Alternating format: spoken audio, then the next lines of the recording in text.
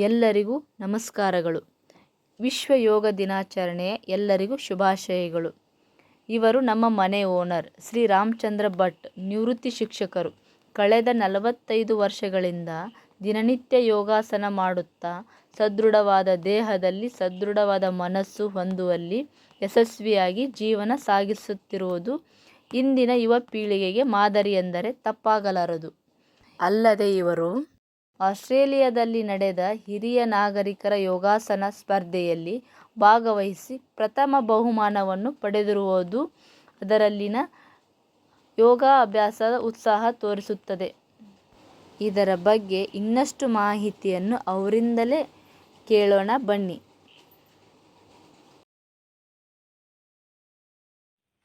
ಎಲ್ಲರಿಗೂ ನಮಸ್ಕಾರ. ವಿಶ್ವ ಯೋಗ ದಿನದ ಶುಭಾಶಯಗಳು. ನಾನು ರಾಮಚಂದ್ರ ಈಶ್ವರ್ ಭಟ್. ಸುಮಾರು 45 ವರ್ಷಗಳಿಂದ ಯೋಗ ಮತ್ತು ಪ್ರಾಣಾಯಾಮವನ್ನು ನನ್ನ ದೈನಂದಿಕ ಜೀವನದಲ್ಲಿ ಅಳವಡಿಸಿಕೊಂಡು ಬಂದಿದ್ದೇನೆ. ಈ ಶುಭ ಸಂದರ್ಭದಲ್ಲಿ ಆ ಕುರಿತು 4 ಮಾತುಗಳನ್ನು ಎಲ್ಲರೊಂದಿಗೆ ಹಂಚಿಕೊಳ್ಳ ಬಯಸ್ತೇನೆ. ಯೋಗ ಚಿತ್ತವೃತ್ತಿ ವಿರೋಧ, ಮನಸ್ಸಿನ ಚಾಂಚಲ್ಯವನ್ನು ನಿಗ್ರಹಿಸುವುದೇ ಯೋಗ ಎಂದು ಪತಂಜಲಿಯ ಗುರುಗಳು ಅವರು ಪತಂಜಲಿ ಸೂತ್ರದಲ್ಲಿ ಸಾರಿ ಹೇಳಿದ್ದಾರೆ. ಹಾಗೆ ಶ್ರೀಕೃಷ್ಣ ಕೂಡ ಯೋಗ ಕರ್ಮಸು ಕೌಶಲ್ಯಂ, ಪ್ರತಿಯೊಬ್ಬ ವ್ಯಕ್ತಿಯ ಕೌಶಲ್ಯಪೂರ್ಣ ಕರ್ಮದಲ್ಲಿಯೇ ಯೋಗ ಅಡಕವಾಗಿದೆ ಎಂಬುದನ್ನು ಸಾರಿದ್ದಾರೆ. ಇಂತಹ ಯೋಗವನ್ನು ಪ್ರತಿಯೊಬ್ಬರೂ ತಮ್ಮ ಜೀವನದಲ್ಲಿ ಅಳವಡಿಸಿಕೊಂಡರೆ ಎಲ್ಲರೂ ತಮ್ಮ ಔನ್ನತ್ಯಕ್ಕೆ ಏರಬಹುದು ಎನ್ನುವಂತಹ ದೃಷ್ಟಿಯಿಂದ ಈ ವಿಶ್ವ ಯೋಗ ದಿನಾಚರಣೆಯನ್ನು ಆಚರಿಸಲಾಗುತ್ತೆ. ಭಾರತದಲ್ಲಿ ಹುಟ್ಟು ಬೆಳೆಯುವಂತಹ ಈ ಯೋಗ ಪ್ರಪಂಚದಾದ್ಯಂತ ಇಂದು ಪಸರಿಸ್ತಾ ಇರುವಂತಹದ್ದು ಅತ್ಯಂತ ಸಂತೋಷದ ಸಂಗತಿ. ಹಾಗೆ ಈ ಯೋಗವನ್ನು ಯಾರು ಮಾಡಬೇಕು, ಯಾವಾಗ ಮಾಡಬೇಕು, ಎಷ್ಟು ಮಾಡಬೇಕು, ಈ ಮುಂತಾದವುಗಳ ಕುರಿತಾಗಿ 2 ಮಾತು. ಯೋಗವನ್ನು ಚಿಕ್ಕ ಮಕ್ಕಳಿಂದ ಹಿಡಿದು ವಯೋವೃದ್ಧರವರೆಗೆ ಎಲ್ಲರೂ ಮಾಡಬಹುದು. ಆದರೆ ಕೆಲವು ನಿಬಂಧನೆಗಳ ಒಳಪಟ್ಟು, ಅಂದರೆ ಕೆಲವೊಂದು ಆಸನಗಳನ್ನು ಕೆಲವೊಂದು ತೊಂದರೆ ಇದ್ದಂಥವರು ಮಾಡುವುದು ಬೇಡ ಎನ್ನುವಂತಹದ್ದು ಯೋಗ ಶಿಕ್ಷಕರ ಅಭಿಪ್ರಾಯ. ಅದನ್ನು ಬೇರೆ ಬೇರೆ ಕಡೆ ಅಧ್ಯಯನ ಮಾಡಿ ತಿಳ್ಕೊಳ್ಬೋದು. ಹಾಗೆಯೇ ಯಾವ ಸಮಯ ಇದಕ್ಕೆ ಉತ್ತಮವಾದ್ದು ಅಂದರೆ ಪ್ರಾತಃ ಕಾಲ ಬ್ರಾಹ್ಮಿ ಮುಹೂರ್ತದಲ್ಲಿ, ಅಂದರೆ ಸೂರ್ಯೋದಯಕ್ಕಿಂತ ಪೂರ್ವ 2 ಗಂಟೆಗಳ ಕಾಲ ಅತ್ಯಂತ ಶ್ರೇಷ್ಠವಾದ ಕಾಲ. ಆವಾಗ ಯೋಗ ಮಾಡಿದರೆ ಅದರಿಂದ ಹೆಚ್ಚು ಪರಿಣಾಮ ಅನ್ನುವಂಥದ್ದು ಯೋಗಾಚಾರ್ಯಗಳ ಅಭಿಪ್ರಾಯ. ಮತ್ತು ಯೋಗವನ್ನು ಎಷ್ಟು ಹೊತ್ತು ಮಾಡಬೇಕು, ಅವರವರ ದಿನಚರಿಗೆ ಅನುಗುಣವಾಗಿ ಕನಿಷ್ಠ ಅರ್ಧ ಗಂಟೆಯಿಂದ 1 ಗಂಟೆ 1.5 ಗಂಟೆವರೆಗೆ ಪ್ರತಿನಿತ್ಯ ಈ ಯೋಗವನ್ನು ತಪ್ಪದೇ ತಮ್ಮ ಜೀವನದಲ್ಲಿ ಅಳವಡಿಸಿಕೊಂಡ್ರೆ ಉತ್ತಮ. ಒಂದು ಆಸನವನ್ನು ಅರ್ಧ ನಿಮಿಷದಿಂದ ಕನಿಷ್ಠ 2 ನಿಮಿಷದವರೆಗೆ ಮಾಡಿದರೆ ಅದರ ಪ್ರಯೋಜನ ಹೆಚ್ಚಾಗಿ ಪರಿಣಮಿಸುತ್ತೆ. ಈ ಯೋಗಾಸನಗಳ ಒಂದಿಷ್ಟು ಉದಾಹರಣೆಗಳನ್ನು ನಾನು ತೋರಿಸುವುದರ ಮೂಲಕ ಇಲ್ಲಿ ಪ್ರಸ್ತುತಪಡಿಸುತ್ತೇನೆ.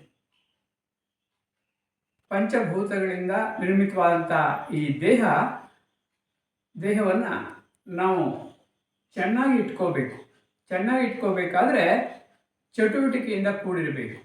ದೇಹದ ಪ್ರತಿಯೊಂದು ಭಾಗಕ್ಕೂ ರಕ್ತ ಸಂಚಾರವಾಗಬೇಕು. ಅದಕ್ಕೆ ಈ ಯೋಗ ಅನುಕೂಲ ಮಾಡಿಕೊಡುತ್ತೆ. ಅದರ ಜೊತೆಗೆ ಮನಸ್ಸು ಅತ್ಯಂತ ಶುದ್ಧವಾಗಿ, ಗಟ್ಟಿಯಾಗಿ, ಚಾಂಚಲ್ಯರಹಿತವಾದಂತಹ ಮನಸ್ಸು ಇರೋದಕ್ಕೆ ಈ ಯೋಗ ಸಹಕಾರವನ್ನು ಮಾಡುತ್ತೆ. ಹಾಗೆ ಯೋಗವನ್ನು ಎಷ್ಟು ಹೊತ್ತು ಮಾಡಬೇಕು ಅನ್ನೋದು ಅವರವರ ಜೀವನ ಶೈಲಿಯ ಮೇಲೆ ಬಿಟ್ಟದ್ದು. ಕನಿಷ್ಠ ಅರ್ಧ ಗಂಟೆಯಿಂದ ಹಿಡಿದು 2 ಗಂಟೆಯವರೆಗೂ ಕೂಡ ಮಾಡಬಹುದು. ಬೆಳಗಿನ ಸಮಯ ಸೂರ್ಯೋದಯಕ್ಕಿಂತ ಪೂರ್ವದಲ್ಲಿ 2 ಗಂಟೆ ಯೋಗ ಮಾಡಿದರೆ ಅದು ಅತ್ಯಂತ ಉತ್ತಮವಾದ ಶ್ರೇಷ್ಠ ಸಮಯ ಅಂತ ಅನಿಸ್ಕೊಳ್ಳುತ್ತೆ. ಅದು ಆಗದಿದ್ದಲ್ಲಿ ಆಹಾರದ ನಂತರ 3 ಗಂಟೆಯನ್ನು ಬಿಟ್ಟು ಎಷ್ಟೊತ್ತಿಗಾದರೂ ತಮಗೆ ಸಾಧ್ಯವಾದಾಗ ಯೋಗವನ್ನು ಮಾಡಬಹುದು. ಉತ್ತಮವಾದಂತಹ ಗುರುಗಳ ನಿರ್ದೇಶನದಲ್ಲಿ ಕಲಿತುಕೊಂಡ್ರೆ ಮಾಡಿದರೆ ಅದು ಇನ್ನೂ ಹೆಚ್ಚು ಉತ್ತಮ. ಈ ಯೋಗವನ್ನು ಎಲ್ಲರೂ ತಮ್ಮ ಜೀವನದಲ್ಲಿ ಅಳವಡಿಸಿಕೊಳ್ಳಬೇಕು, ಔನ್ನತ್ಯವನ್ನು ಸಾಧಿಸಬೇಕು ಅನ್ನುವಂಥದ್ದೇ ಈ ಯೋಗ ದಿನದ ಆಶಯ. ಈಗ ನಾನು ದಿನನಿತ್ಯ ಮಾಡುವಂತಹ ಕೆಲವು ಯೋಗಾಸನಗಳನ್ನು ಇಲ್ಲಿ ಪ್ರದರ್ಶಿಸ್ತಾ ಇದ್ದೇನೆ.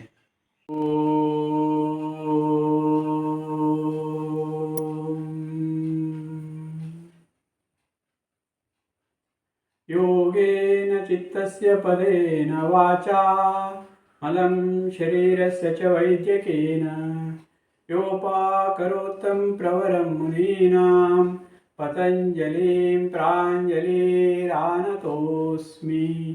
ಆಬಾಹೋ ಪುರುಷಾಕಾರಂ ಶಂಖಚಕ್ರಾಧಿಧಾರಿಣಂ ಸಹಸ್ರಶಿರಸಂ ಶ್ವೇತಂ ಪ್ರಣಮಾಮಿ ಪತಂಜಲಿಂ. ಓಂ ಅಸತೋ ಮಾ ಸದ್ಗಮಯ ತಮಸೋ ಮಾ ಜ್ಯೋತಿರ್ಗಮಯ ಮೃತ್ಯೋರ್ಮಾ ಅಮೃತಂಗಮಯ. ಓಂ ಶಾಂತಿ ಶಾಂತಿ ಶಾಂತಿ.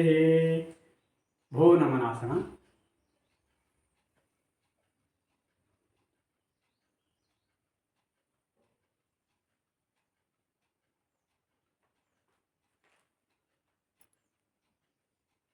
ಈಗ ಶಿಥಿಲೀಕರಣ ವ್ಯಾಯಾಮ.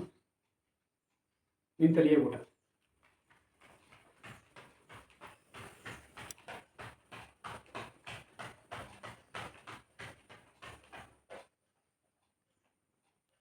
ಹಸ್ತಚಾಲನ ಕ್ರಿಯೆ.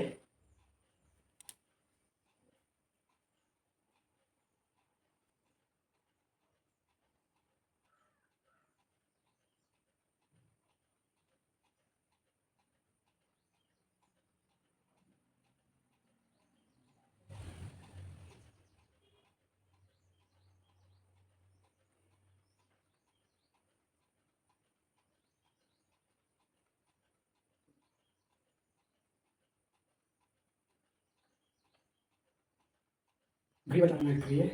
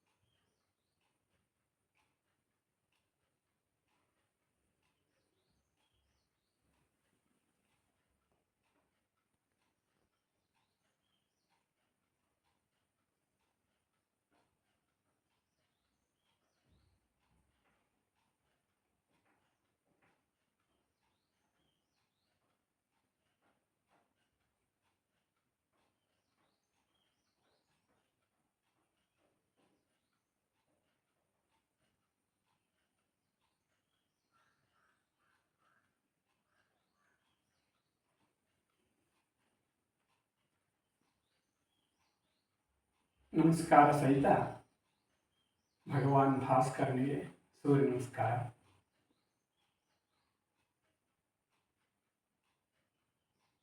ಓಂ ಧ್ಯೇಯ ಸದಾ ಸವಿತೃಮಂಡಲ ಮಧ್ಯವರ್ತಿ ನಾರಾಯಣ ಸರಸಿಜಾಸನ ಸನ್ನಿವಿಷ್ಟ ಕೇಯೂರವಾನ್ ಮಕರ ಕುಂಡಲವಾನ್ ಕಿರೀಟಿ ಹಾರಿ ಹಿರಣ್ಯವಪುಧೃತ ಶಂಖಚಕ್ರ ಹಿರಣ್ಮಯೇನ ಪಾತ್ರೇಣ ಸತ್ಯಸ್ಯಾಪಿ ಹಿತಂ ಮುಖಂ ತತ್ವಂ ಪೂಷಂ ಅಪಾವೃಣು ಸತ್ಯಧರ್ಮಾಯ ದೃಷ್ಟತೆ. ಓಂ ಧಾಂ ಮಿತ್ರಾಯ ನಮಃ.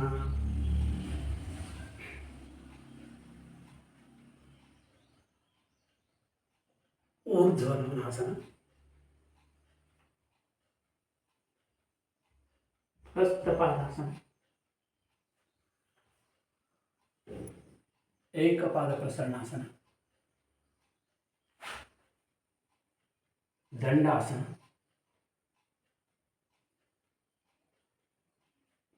ಸಾಷ್ಟಾಂಗ ಪ್ರಣೀಪಾತಾಸನ. ಭುಜಂಗಾಸನ. ಭೂಧರಾಸನ. ಏಕಪಾದ ಪ್ರಣೀತಾಸನ. ಹಸ್ತಪಾದಾಸನ. ಊರ್ಧ್ವ ನಮನಾಸನ.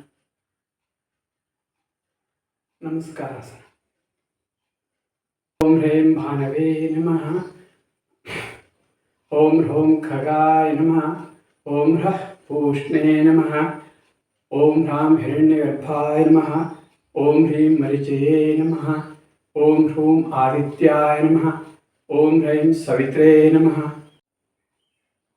ಓಂ ಶಾಂತಿ ಶಾಂತಿ ಶಾಂತಿ. ಭೂ ನಮನಾಸನ.